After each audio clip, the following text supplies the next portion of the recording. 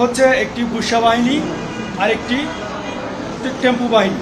টেম্পু বাহিনীর লিডার হচ্ছে ইসমাইল হোসেন টেম্পু, যে বর্তমানে বাংলাদেশ সেনাবাহিনী কর্তৃক গ্রেপ্তার হয়ে জেল হাজতে আছে। উক্ত গোলাগুলির ঘটনায় র্যাব ৭ চট্টগ্রাম ও চট্টগ্রাম মেট্রোপলিটন পুলিশ যৌথ অভিযান পরিচালনা করে গোলা বারুদ, দেশীয় অস্ত্র, বিভিন্ন থানা থেকে লুট হওয়া অস্ত্রসহ ১১ জনকে গ্রেপ্তার করতে সমর্থ হয়। এ সময় ঘটনাস্থল থেকে শহীদুল ইসলাম প্রকাশ বুশা কৌশলে পালিয়ে যায়।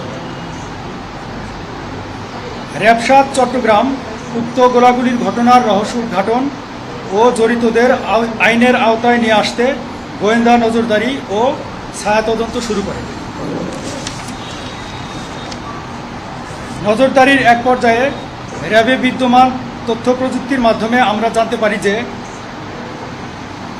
বুশা চাঁদগাঁওয়ে অবস্থিত ফিনলে সাউথ সিটি শপিং সেন্টারে মোটরসাইকেল যোগে আগমন করছে।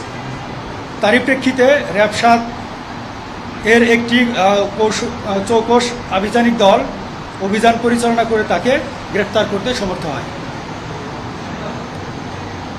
পরবর্তীতে আমরা জানতে পারি যে সন্ত্রাসী শহীদুল ইসলাম বুশা তার জন্মসূত্রে সে চট্টগ্রামের বাসিন্দা, বা তার নিজ জেলা ভোলা।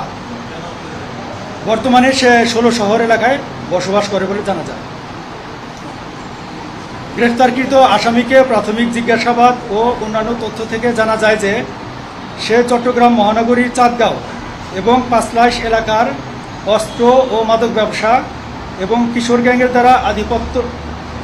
দ্বারা আধিপত্য বিস্তার করে চাঁদাবাজি করে থাকে। এছাড়াও গদ্দারহাট কাঁচা বাজার এলাকায় দিগন্ত টাওয়ারে তার একটি টর্চার সেল ছিল বলেও জানা যায়। তার আধিপত্য বিস্তারকে কেন্দ্র করে তার যদি কেউ অবাধ্য হতো অথবা কেউ চাঁদা দিতে অস্বীকার করত, তাহলে তাকে উক্ত টর্চার সেলে গ্রেপ্তার করা হতো বলে জানা যায়। কিন্তু গত ২১ জুলাই ২০২৫ সালে যৌথ বাহিনীর একটি অভিযানের মাধ্যমে তার সেই টর্চার সেলটি ঘুরিয়ে দেওয়া হয়। গ্রেপ্তারকৃত আসামির পরবর্তী আইনানুগ ব্যবস্থা গ্রহণের জন্য প্রক্রিয়াধীন আছে। আমরা নিয়মিত অস্ত্র আইনে তার বিরুদ্ধে মামলা করে আমরা পরবর্তী পদক্ষেপ গ্রহণ করব। সবাইকে ধন্যবাদ।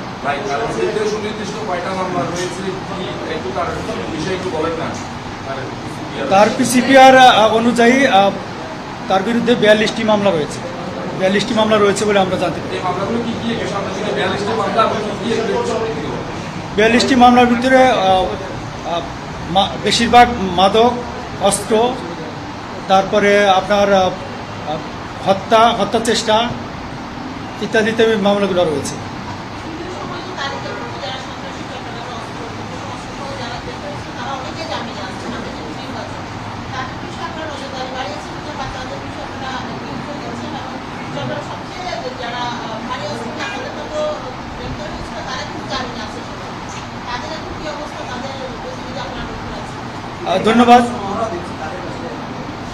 ধন্যবাদ আপনাকে।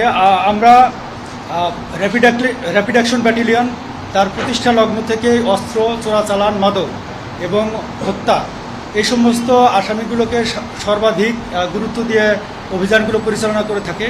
এবং আমরা আসন্ন নির্বাচনকে কেন্দ্র করে শুধু নয়, আমরা সবসময়ই মাদক এবং অস্ত্রের বিরুদ্ধে নিয়মিত অভিযান পরিচালনা করে থাকি। এবং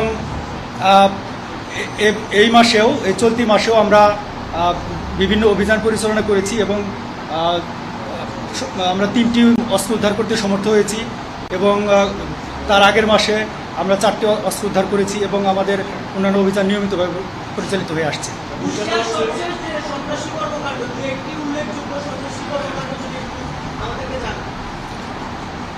বুশা আমরা প্রাথমিক জিজ্ঞাসাবাদ এবং তার সোশ্যাল মিডিয়া বা অন্যান্য তথ্য থেকে আমরা যেটা জানতে পেরেছি, তার এখানে চাঁদগাঁও এবং পাঁচলাইশ এলাকায় বেসিক্যালি তার যে এন্টি গ্রুপ, যে এন্টি গ্রুপের সাথে তার মেইন এটাই ছিল যে মেইন দ্বন্দ্বটাই ছিল তার মাদক ব্যবসাকে কেন্দ্র করে। সো সেই মাদক ব্যবসার আধিপত্য বিস্তারটাকে ধরে রাখার জন্যই বেসিক্যালি তার এন্ট্রি গ্রুপের সাথে তার সংঘর্ষ বাধে।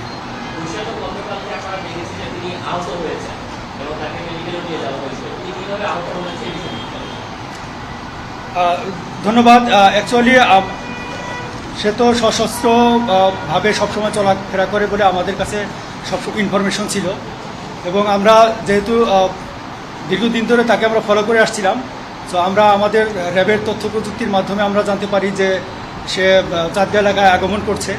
তো আমার চৌকস দল পূর্ব থেকে অবস্থান নিয়েছিল, এবং পরবর্তীতে আমাদের র্যাবের দল দেখে সে পালানোর চেষ্টা করে মোটরসাইকেল থেকে, এবং সে যখন পালাতে উদ্যত হয় তখন আমার র্যাবের দল তাকে যখন ধরতে যায় সে তখন ধস্তাধস্তি করে, এবং এক পর্যায়ে তার পকেটে হাত দিয়ে অস্ত্র বের করার চেষ্টা করে। তখন তাকে নিরস্ত্র করার জন্য তাকে ভূমিতে ফেলে দেওয়া হয়। সে কারণে সামান্য মাথায় আঘাতপ্রাপ্ত হয়, এবং সে কারণেই তাকে ইমিডিয়েটলি আমরা চট্টগ্রাম মেডিকেল কলেজে স্থানান্তর করি।